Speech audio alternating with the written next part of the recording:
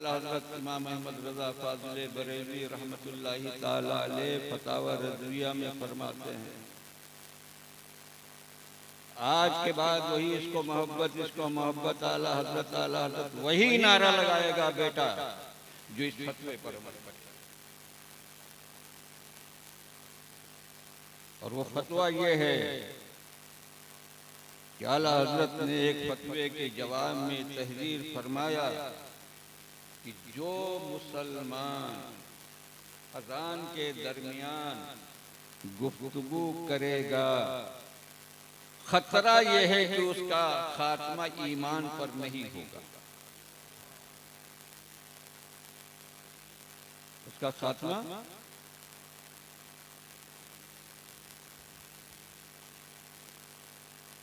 क्या कभी टिकिया पाड़ा में अजान के टाइम आपने किसी को देखा है कि वो खामोश हो गया हो? हमें अजान तो अजान है।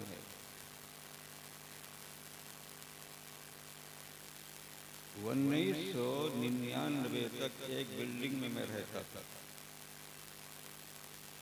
और इफ्तार करके जब मैं मस्जिद के लिए जाता था तो जिस गली से गुजरता था वहाँ एक दरवाज़ा पड़ता था और अक्सर मस्जिद जाते हुए टीवी की आवाज़ आती थी, सीरियल चलता था। तो एक दिन मैंने साहिबे खाना से कहा, वो इंतकाल कर गए, अल्लाह उनको माफ़ करे, हंसीएगा नहीं,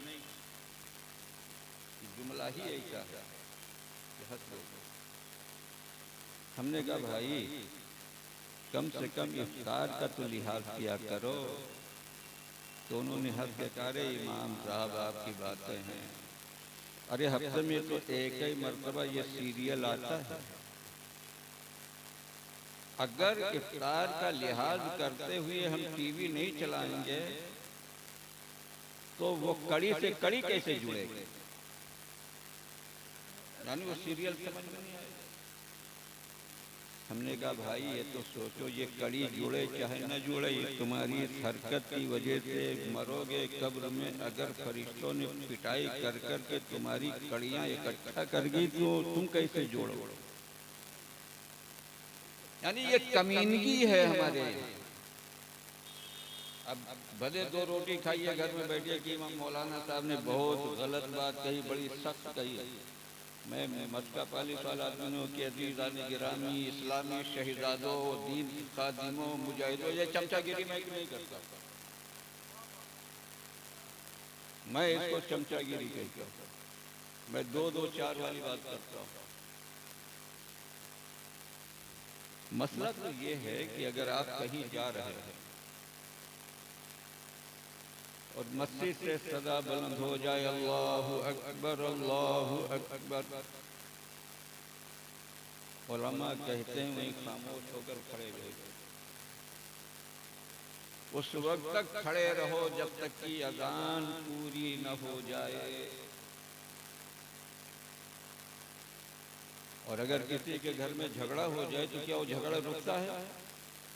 बोलिए ना मुंह से, तो जलसा बंद कर दो। जब अपने अंदर सुधार नहीं लाना है तो कौम का पैसा बर्बाद मत करो। 25-50 हजार रुपया अगर जलसे में खर्च करते हो, जलसा बंद करो। किसी एक गरीब लड़की की शादी कर दो, 10 जलसों से ज्यादा तुमको सवाब मिलेगा। जलसे होते हैं इस्लाह के लिए, और जब इस्लाह ही नहीं कबूल करना तो जलसा का है। ये ज़िम्नी तौर पर मैंने एक बात आपसे कही थी, अजान का एहतराम करो और अजान का लिहाज करो, और अल्लाह आपको तौफीक दे तो मुअज्जिन जब कह के खामोश हो अल्लाहु अकबर तो तुम भी कहो अल्लाहु अकबर अल्लाहु अकबर। और हमारे यहाँ सिर्फ एक ही काम मालूम है,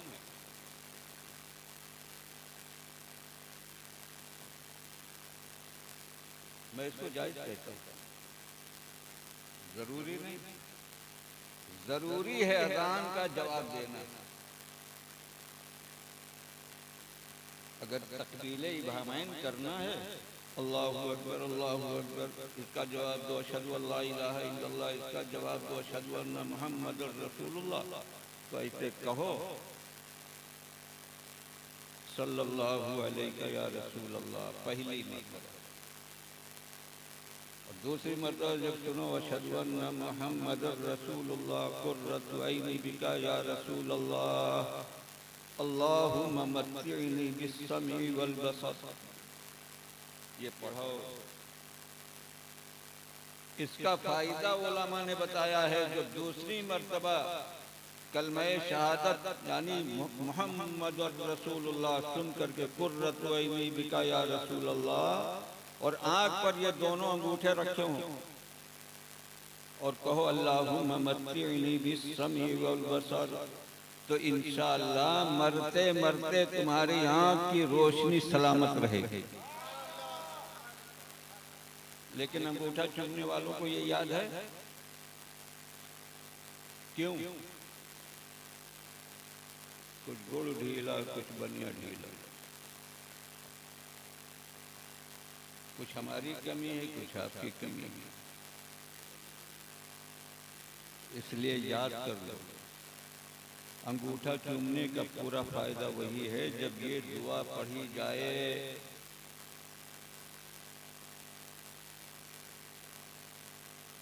जैसे अशहदु अल्ला इलाहा इल्लल्लाह में उंगली कब उठाना चाहिए? अशहदु अल्ला इलाहा इल्लल्लाह, ये सुन्नत है अत्तहियात में। क्या अत्तहियात में सुन्नत है, बकिया मौके पर उंगली उठाना मुस्तहब है, और मुस्तहब का सवाब उसी वक्त मिलेगा जब वो मुस्तहब काम पूरी ईमानदारी और कायदे से हो। यानी अशहदु अल्ला इलाहा इल्लल्लाह, वरना हम देखते हैं कि कुछ नहीं, ऐसे ही अगर आपकी एक रकात या दो रकात छूट गई है तो इमाम के साथ आप पूरा तहियात तो पढ़ेंगे नहीं, इमाम को पढ़ना है आखिर तक, दुआ मासूरा तक, तो आप तहियात पढ़ करके अशहदु अल्ला इलाहा इल्लल्लाह व अशहदु अन्ना मुहम्मदन अब्दुहु व रसूलुहु। अब बैठे बैठे क्या कीजिएगा? आपका ख्याल भटकेगा। तो उलमा ने कहा इसी की तकरार करो, अशहदु अल्ला इलाहा इल्लल्लाह, अशहदु अल्ला इलाहा इल्लल्लाह, अशहदु अल्ला इलाहा। तो हमारे कुछ उलमा मुस्तहब पर कायदे से अमल करते हैं, अशहदु अल्ला इलाहा इल्लल्लाह, अशहदु अल्ला इलाहा इल्लल्लाह, अशहदु अल्ला। और हम कहते हैं इस जमाने के उलमा से कि मुस्तहब पर पब्लिक के सामने अमल मत करो, एक्सीडेंट होगा। मैं भी 2017 तक कानपुर मदरसे चला गया था, 2010 तक। एक दिन मेरे पास एक नौजवान लड़का खड़ा हो गया नमाज पढ़ने, तो मैंने उसको देखा तहियात पढ़ते उसने 5 मतलब, फिर सलाम फेरा उसने। तो हमने उसको बुलाया नमाज के बाद, यही एक मतलब को जब 5 मतलब क्यों कर रहे थे? लेकिन मौलाना सलाहुद्दीन साहब को देखा था इसलिए कर रहा था।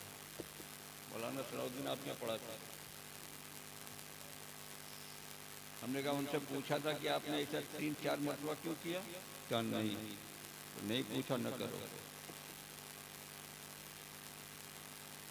उन्होंने तो सिर्फ अपने ख्यालात को भटकने न देने के लिए रकात छोड़ गई थी तो तकरार।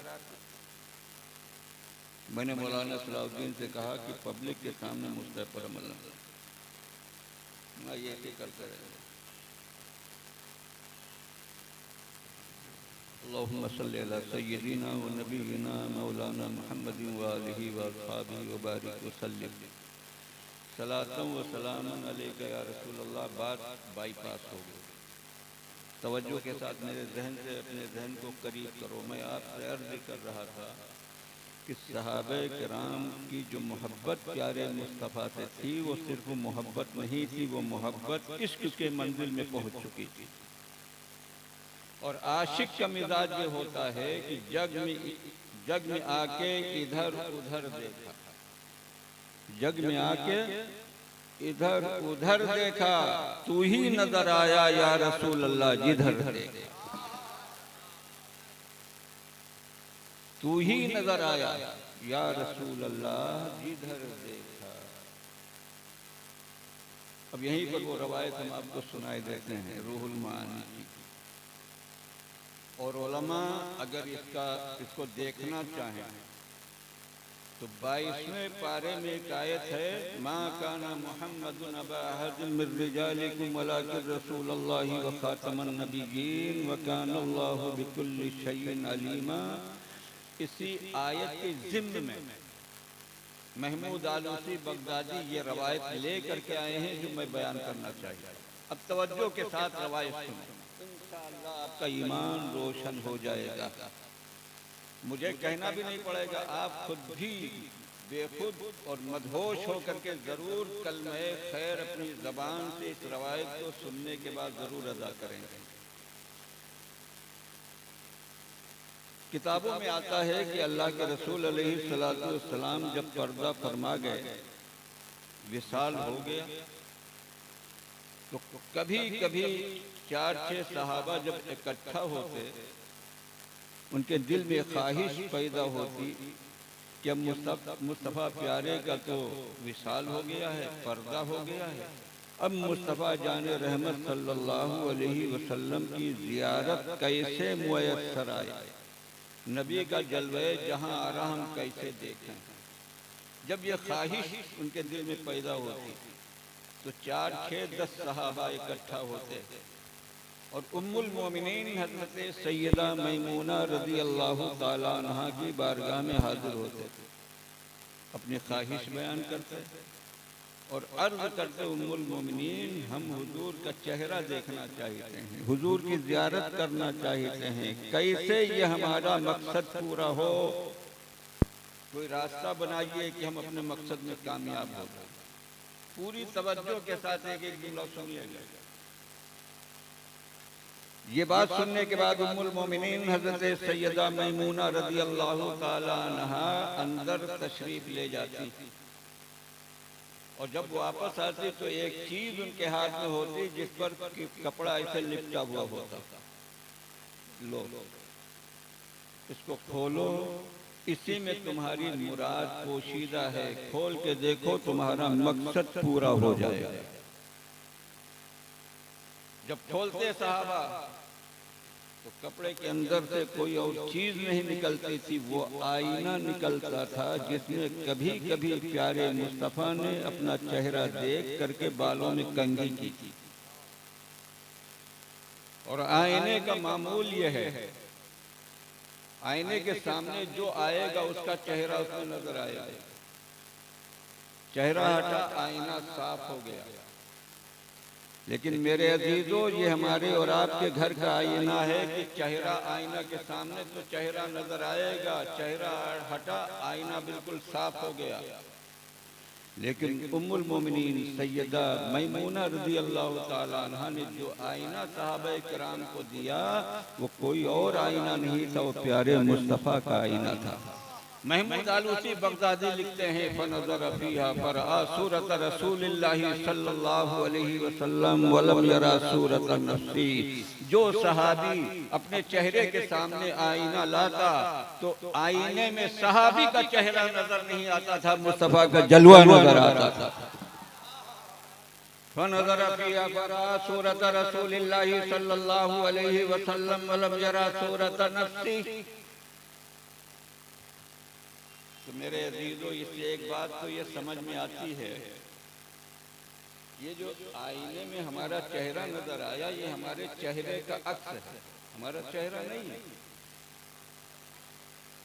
चेहरा हटा आईना साफ, लेकिन मुस्तफ़ा के आईने में मुस्तफ़ा के चेहरे का अक्स कायम हो गया।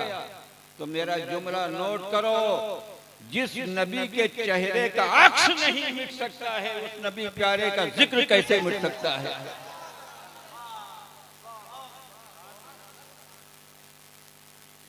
तू घटाए से किसी के घटा है न घटे, जब बढ़ाए तुझे अल्लाह ताला तेरा। जग में आके इधर उधर देखा, तू ही नजर आया या रसूल अल्लाह जिधर। अपनी मोहब्बत को इतना परवान चढ़ाओ कि तुम्हारी आंख जिधर उठे मुस्तफा प्यारे का जलवा उधर नजर आ जाए। और हमारी जमात में ऐसे लोग हुए हैं। हजरत अबुल हसन शाज़िली और उनके शागिर्द अबुल अब्बास मुर्सी रज़ी अल्लाह ताला अन्हु, इन लोगों का तो हाल ये था, ये लोग कहा करते थे, लवीह तजबतन रुयत रसूलिल्लाहि सल्लल्लाहु अलैहि वसल्लम, अगर एक पलक झपकाने की मिक़दार मैं मुस्तफा प्यारे के चेहरे को न देखूं तो अपने को मुसलमान न समझूं। यानी हर वक्त उनको रसूल की ज़ियारत हासिल होती रही। सिर्फ नारा लगाने से नहीं, उस मोहब्बत को पालने परवान चढ़ाने से ये कैफियत और ये मंजिल हासिल होगी। अल्लाह करे वो तौफीक हमको नसीब हो जाए। फल्लज़ीना आमनू भी, तो वो लोग जो उस नबी पर ईमान लाए, मोहब्बत की और ऐसी मोहब्बत की कि इश्क की बुलंद मंजिल पर वो फाइज हो गए। मफ़हूम तो समझ में। अब दूसरे जुमले की तरफ आओ। 4 जुमले हैं। फल्लज़ीना आमनू भी व अज़्ज़रूह, तो वो लोग जो ईमान लाए मुस्तफ़ा प्यारे पर, व अज़्ज़रूह और ताज़ीम की प्यारे मुस्तफ़ा की। तरतीब ये कुरान की है। ईमान, उसके बाद ताज़ीम रसूल, इबादत नहीं। ईमान, ताज़ीम रसूल, व अज़्ज़रूह, और वो लोग जो ईमान लाए और मुस्तफा प्यारे की ताज़ीम की। मेरी बात समझे कि नहीं? अगर समझ गए तो यहीं पर मैं आपको रोक करके कहना चाहूंगा, इस्लाम तो ऐसा प्यारा मजहब है कि जहां वो मुस्तफा की ताज़ीम का हुक्म देता है, वहां पर हमको बहुत से लोगों की ताज़ीम के लिए पाबंद करता है। जैसे हुजूर अलैहिस्सलाम ने इरशाद फरमाया, मन लम युक्किर कबीरना वलम मन लम यरहम सगीरना वलम युक्किर कबीरना फलैसा मिन्ना। हमारी जमात में वो रहने के लायक नहीं है जो छोटों के साथ शफकत न करे और बड़ों का एहतराम न करे। तो मेरे अजीजों, ये समझाने की बात नहीं, आप खुद समझदार हो कि बाप बेटे से बड़ा है, माँ बेटे से बड़ी है, पीर मुरीद से बड़ा है, उस्ताद शागिर्द से बड़ा है। और हर बड़े का एहतराम इसलिए करना है कि नबी की जमात में रहना है। हर छोटे के साथ इसलिए शफकत का बर्ताव रखना है कि नबी की जमात में रहना है। तो इस अगर किसी ने बड़े का एहतराम न किया, बड़े की ताज़ीम न की, छोटों के साथ शफकत का बर्ताव न किया, तो उसको नबी की जमात में रहने की जगह नहीं मिलेगी। इसलिए मेरे अजीजों, बाप बड़ा है तो बाप का एहतराम करो, माँ बड़ी है माँ का एहतराम करो, उस्ताद बड़ा है उस्ताद का एहतराम करो, पीर बड़ा है तो पीर का एहतराम करो। और याद रखो, इस पूरी कायनात में सबसे बड़े हैं प्यारे मुस्तफा। अगर मुस्तफा की जमात में रहने के लिए उम्मती का एहतराम जरूरी है, तो नबी की जमात में रहने के लिए प्यारे मुस्तफा का एहतराम बदर्जे औला जरूरी है। इसलिए कि मुस्तफा से न उम्र में कोई बड़ा है, मुस्तफा से न मर्तबे में कोई बड़ा है, मुस्तफा से किसी भी मामले में कोई बड़ा नहीं है। इसलिए मैं हमेशा कहा करता हूँ, मुस्तफा की एक उम्र खिलकत है, मुस्तफ़ा की एक उम्र विलादत है, मुस्तफ़ा की एक उम्र बेसत है। उम्र बेसत 23 साल, उम्र खिलकत उम्र विलादत 63 साल, और उम्र खिलकत अल्लाह जाने, अल्लाह का रसूल जाने। हमने किताबों में इतना पढ़ा कि जिब्रील अमीन से हुजूर अलैहिस्सलाम ने इरशाद फरमाया, जिब्रील ये बताओ तुम्हारी उम्र कितनी है? तो जिब्रील ने कहा, या रसूल अल्लाह मुझे अपनी उम्र का सही अंदाजा नहीं। अल्लामा महमूद आलूसी बगदादी ने अपनी किताब रूहुल बयान में लिखा है, जिब्रील ने अर्ज किया, या रसूल अल्लाह मुझे सिर्फ इतना पता है कि मेरी पैदाइश के बाद मैंने 72,000 मरतबा उस चौथे हिजाब पर चमकने वाले तारे को देखा है, जो 70,000 बरस के बाद एक मरतबा चमकता था, और उसको मैंने 72,000 मरतबा मैंने चमकते हुए देखा है। या रसूल अल्लाह इसी से मेरी उम्र का आप अंदाजा लगा लें। प्यारे मुस्तफा ने इरशाद फरमाया, जिब्रील जानते हो नूर कौन था जो चमकता था? तो कहा, या रसूल अल्लाह मैं नहीं जानता हूँ। इरशाद फरमाया, जिब्रील चौथे हिजाब पर 70 बरस के बाद चमकने वाला जो नूर और तारा तुमने देखा है वो कोई और नहीं था, वो मेरा नूर था। जिब्रील ने अर्ज किया, या रसूल अल्लाह तो ये भी इरशाद फरमा दें कि 70,000 बरस के बाद वो चमकता था, और 70,000 बरस वो कहाँ गायब रहता था? मुस्तफा ने इरशाद फरमाया, जब मेरा नूर इबादत का कयाम करता था तो चौथे हिजाब पर चमकता नजर आता था, और जब मेरा नूर इबादत का सजदा कर लेता था तो मेरा नूर नजर नहीं आता था। यानी मुस्तफा का कयाम आलमी नूर में 70,000 बरस का होता था, सजदा भी 70,000 बरस का होता था, और ये इबादत जिब्रील ने 72,000 मरतबा देखा है। घर जा करके तुम कैलकुलेट कर लेना, क्यों मुस्तफा के कयाम की मुद्दत कितनी है, मुस्तफा के सजदे की मुद्दत कितनी है, मुस्तफा के कौमा की मुद्दत कितनी है, मुस्तफा के कादा की मुद्दत कितनी है। फिर बरेली के फाउंडर से पूछ लेना, कासिम नानोतवी, तुमने अपनी किताब में लिखा है कि उम्मती कभी कभी अमल करते करते नबी के बराबर हो जाता है, और कभी उम्मती अमल करते करते नबी से बढ़ जाता है। अब नबी से बढ़ा गया कब? जब नबी की उम्र वस्ती ही हो जितनी तुम्हारी उम्र है। मुस्तफा की एक उम्र विलादत है, मुस्तफा की एक उम्र बेसत है, और मुस्तफा की एक उम्र खिलकत है। वो उम्र कितनी लंबी है सिर्फ अल्लाह जानता है और अल्लाह का रसूल जानता है। मैं अर्ज ये कर रहा था मेरे अजीजों, मुस्तफा की ताज़ीम और तौक़ीर, और एक लफ्ज़ और मैं कहता हूँ, इस्लाम सरासर अदब का मजहब है। इस्लाम सरासर ताज़ीम का मजहब है। अब इस पर एक मुस्तहब मसला सुन लो आप। मिसवाक तो अब आप लोग करते नहीं होंगे। अंग्रेजों ने हम लोगों को बहुत सी सुन्नतों से दूर कर दिया। वो ब्रश तुमको दे दिया, मिसवाक छोड़ो। और कुछ हमारे मौलवियों ने तावील भी शुरू कर दिया कि नहीं, इससे सुन्नत का फायदा मिल जाता है। गलत है। मिसवाक मिसवाक है, बरस बरस। मिसवाक करना सुन्नत है। मिसवाक करना, जोर से बोल, मिसवाक करना अल्लाह के रसूल को इतनी प्यारी मिसवाक थी कि इरशाद फरमाया, अगर उम्मत पर बोझ न होता तो हर नमाज के वजू के साथ मैं मिसवाक को फर्ज करार दे देते। मैं तफसील में नहीं जाना चाहता, एक मसला बताता हूँ। मिसवाक को रखना कैसे चाहिए?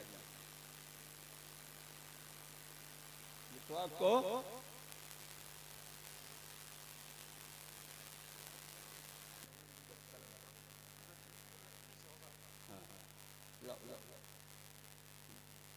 देखो, मिसवाक जो है आपने किया, मिसवाक को जमीन के सहारे यूं खड़ा कर, चाहे ताक में रखो, जमीन पर रखो, लेकिन लेटा के ऐसे मत रखो, हमेशा खड़ा करके रखो।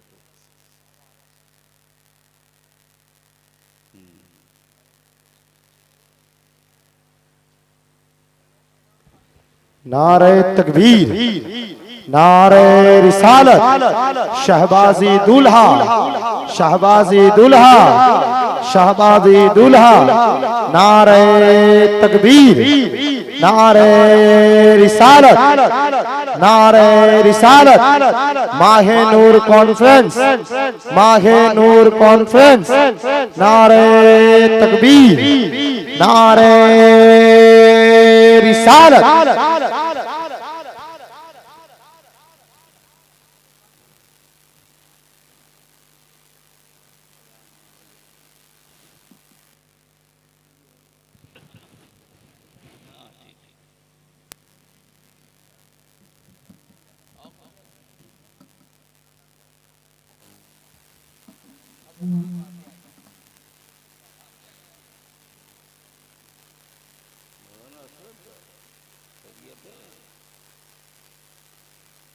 अल्लाहुम्मा सल्ली व सल्लिम व बारिक अला हबीबिल करीम। मैंने किताब में पढ़ा, मिसवाक करने के बाद जमीन पर उसको ऐसे लेटा कर मत रखो,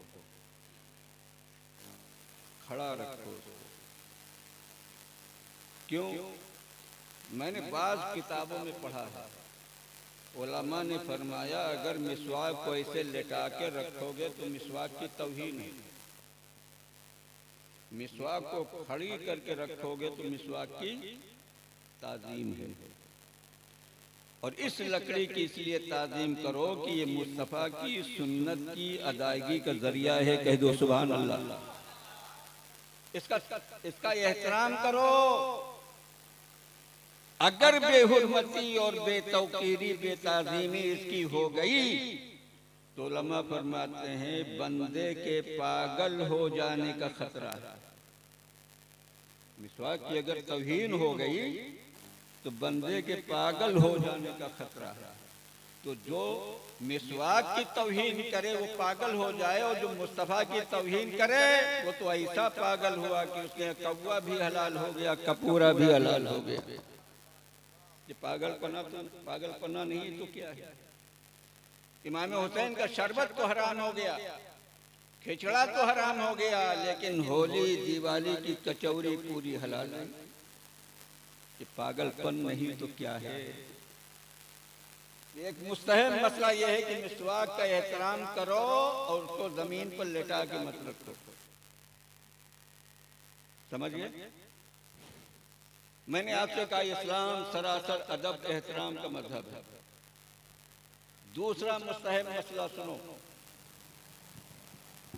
और दोनों कान खोल करके। मुस्तहब है, अगर कोई इसके खिलाफ करेगा तो गुनहगार नहीं होगा, लेकिन उसको मुस्तहब जो मसला वैसा अगर करे तो सुभान अल्लाह। क्या है वो मसला?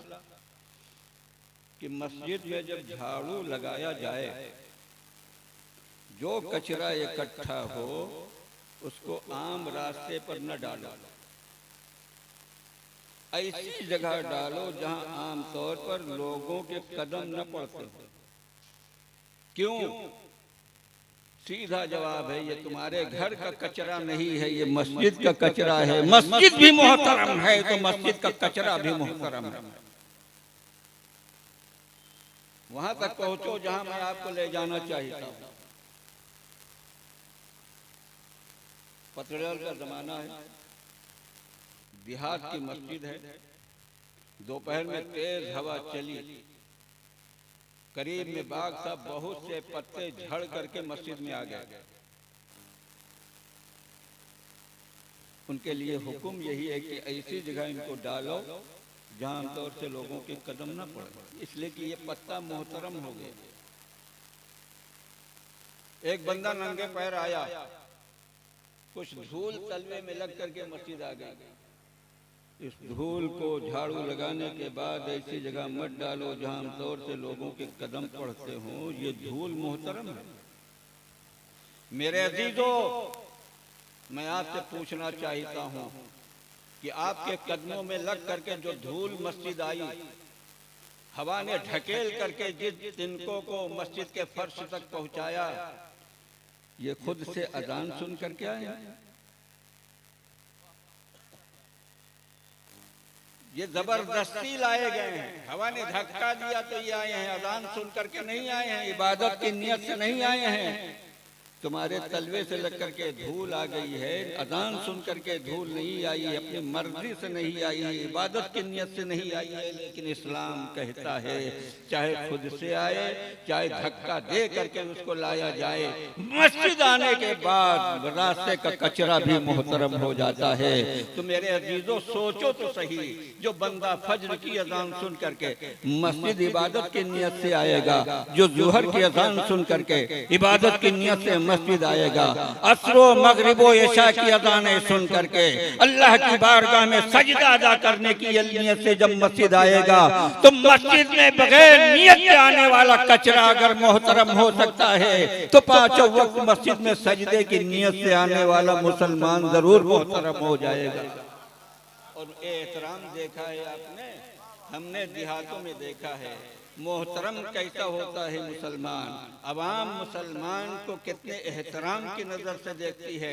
हम शहर का हाल नहीं जानते हैं, हम देहात में पैदा हुए हैं, हमने देहात में तालीम हासिल की है, हमने देहात में बहुत लंबा अरसा गुजारा है।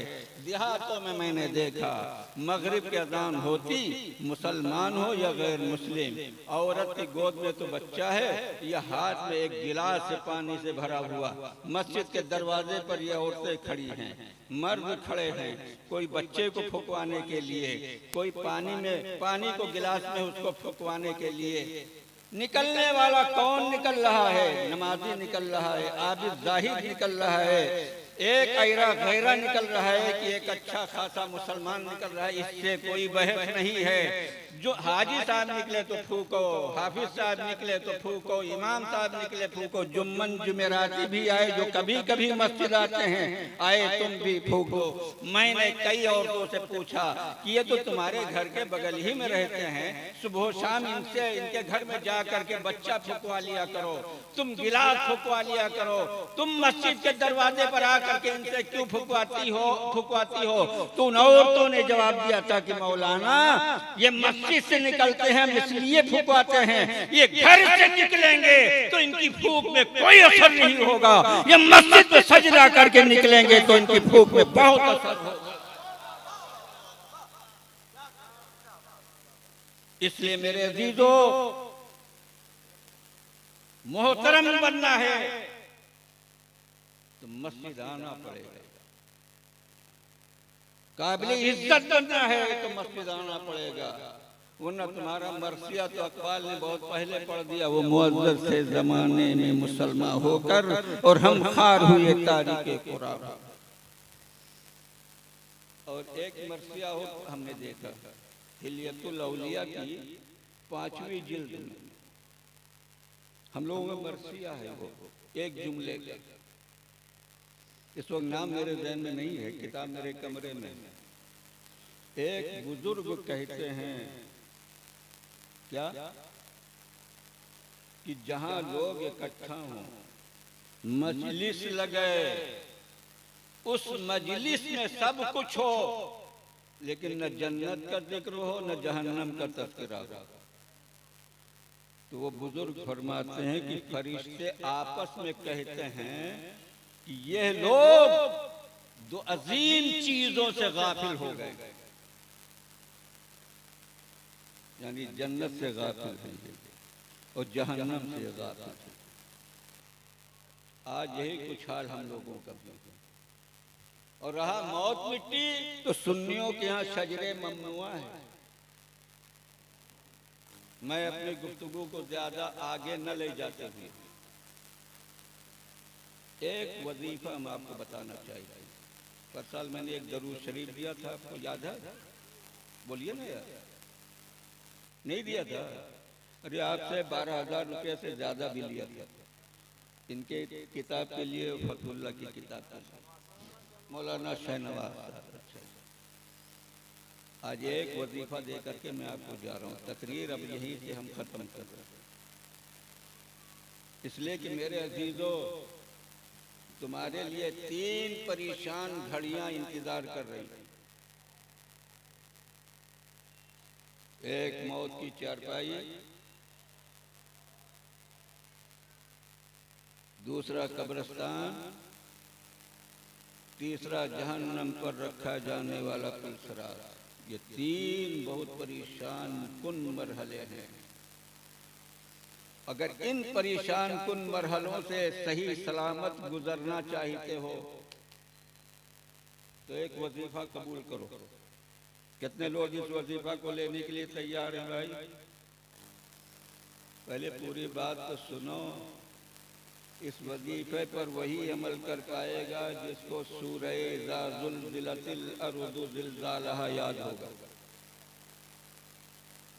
जिसको मैं बार बार जलसों में बयान करता हूँ। आपके इलाके में भी कहीं बयान किया होगा, फिर से दोहरा लो।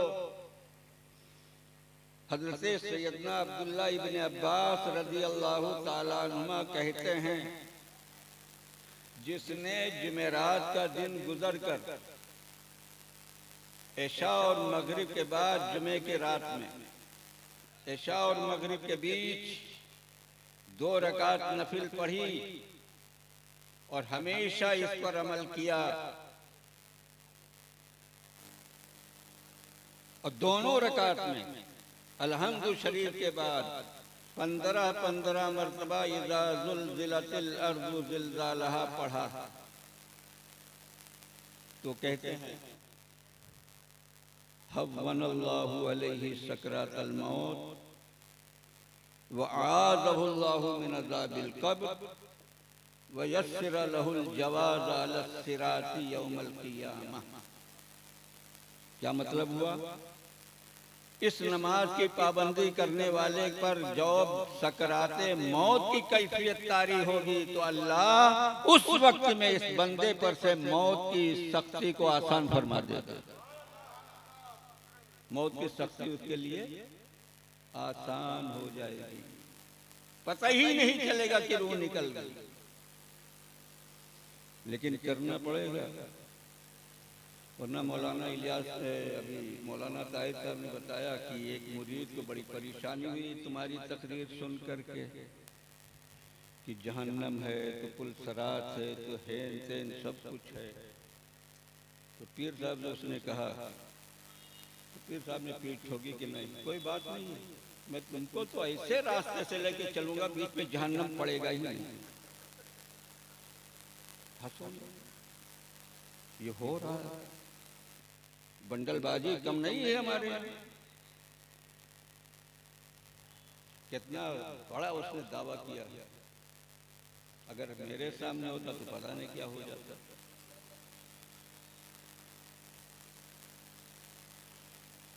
हंसी मजाक बना लिया लोगों को, और ये हंसी मजाक क्यों हुआ?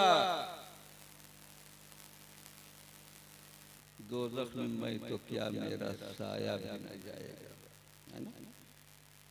आपने अभी पढ़ा गया कि नहीं? नहीं पढ़ा गया, हमारे यहाँ पढ़ा गया था। ऐसा एक बिल्डिंग में मिला था, ये अफीम की गोली है, सिलो पॉइजन। मेरे अजीजों याद करो, अगर चले गए तो क्या होगा? ये याद रखो, गए तो क्या होगा? एक बहुत बड़े ताबई बुजुर्ग हैं, उनका लड़का इंतकाल कर गया, रोने लगे। किसी ने पूछा क्यों रो रहे हो? कहा एक बाप का जो बेटे से ताल्लुक होता है वो तो है, मेरे रोने की वजह यह है कि पता नहीं मेरा बेटा जन्नत में जाएगा कि जहन्नम में जाएगा। कहा भाई, जिसके लिए हदीस में मौजूद है, ला तमस्सुन नारा मुस्लिमन रानी और आया मन रानी, सहाबी और ताबई पर जहन्नम की आग हराम है। बेटा तबे ताबई,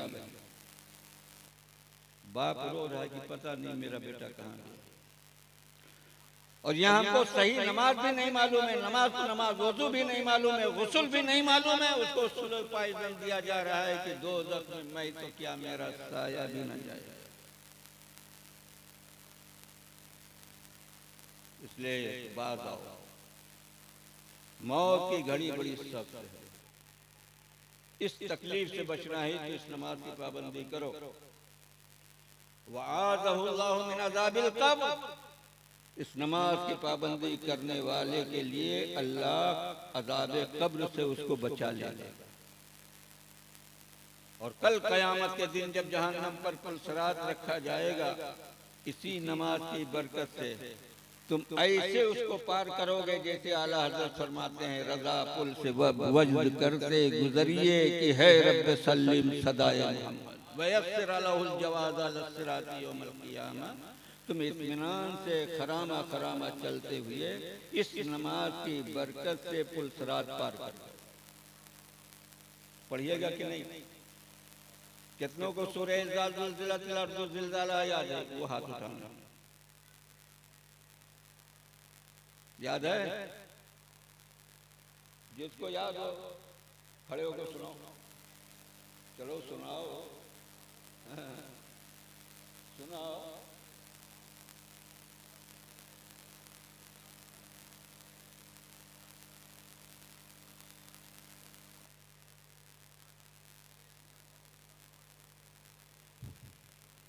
बहरहाल आदमी डर में गलती करता है, सब याद करो।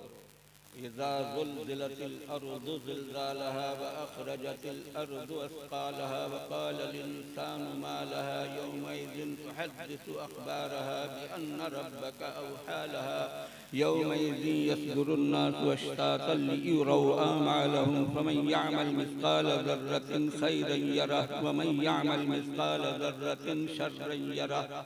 अपने करीबी इमामों से खुशामद करो, हाथ पैर दबाओ, कहो साहब हमको याद करवा दो, ताकि मरो तो तुम्हारी खैरियत मौत की चरपाई पर भी बरकरार रहे, कब्र में भी तुम्हारी खैरियत हो।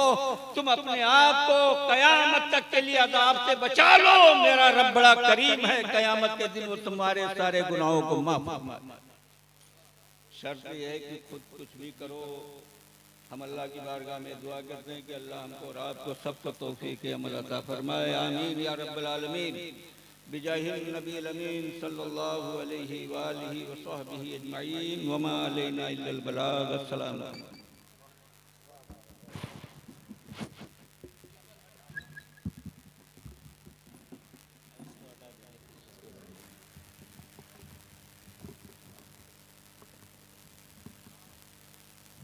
बहुत ही खूबसूरत पुरमग़ज़ दुनिया और आखिरत को संवारने वाली गुफ्तगू हम और आप समाअत कर रहे थे।